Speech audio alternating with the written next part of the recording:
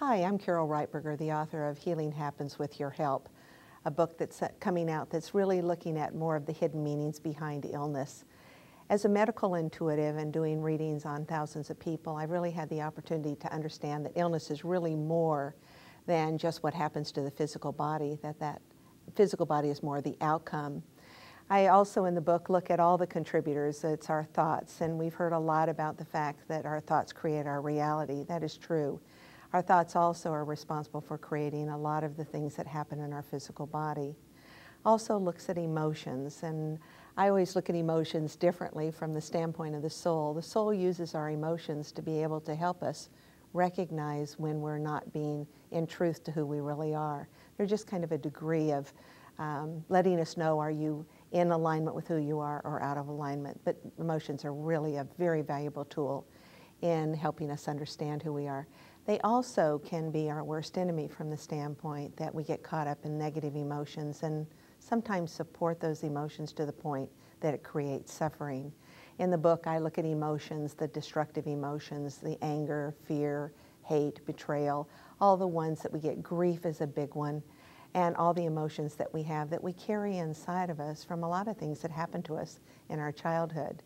Healing Happens With Your Help actually goes in and looks at the fact that most of what happens in our body as adults, those aches and pains and illnesses, are really more of the outcome of what happened to us between birth and age 13. Those stories, the conditioning, the things that we do to try to fit, the time that's so impressionable between 6 and 13 emotionally, and how we spend the rest of our life trying to discover what it is that we would like to be able to get rid of in order for us to be healthy. Looks at attitudes, and attitudes we're very clear about. They're either positive or negative, and negative attitudes drain us of energy and cause us to not feel good about ourselves. And so we spend a lot of time trying to create positive attitudes, but we really have to believe that they can work.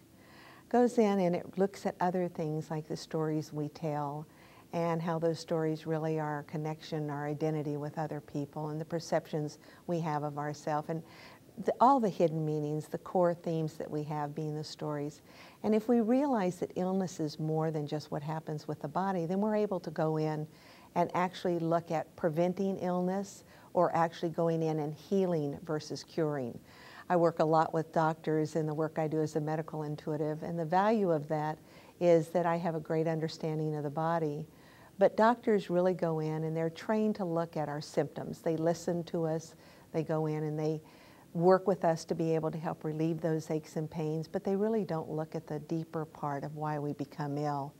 And in healing, that's what it requires for you to participate, for you to peel back the layers of onions around what makes us ill and how you're feeling, and going in and deeper and saying, is there a negative emotion I have inside, something that I need to change because it's not serving me well?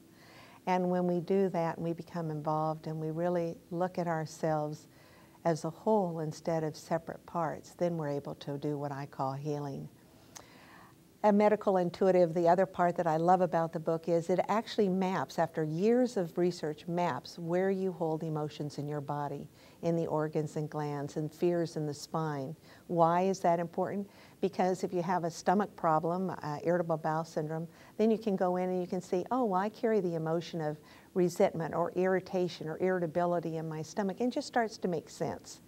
And in making sense, then it gives us the tools that are needed for us to truly go in and heal ourselves.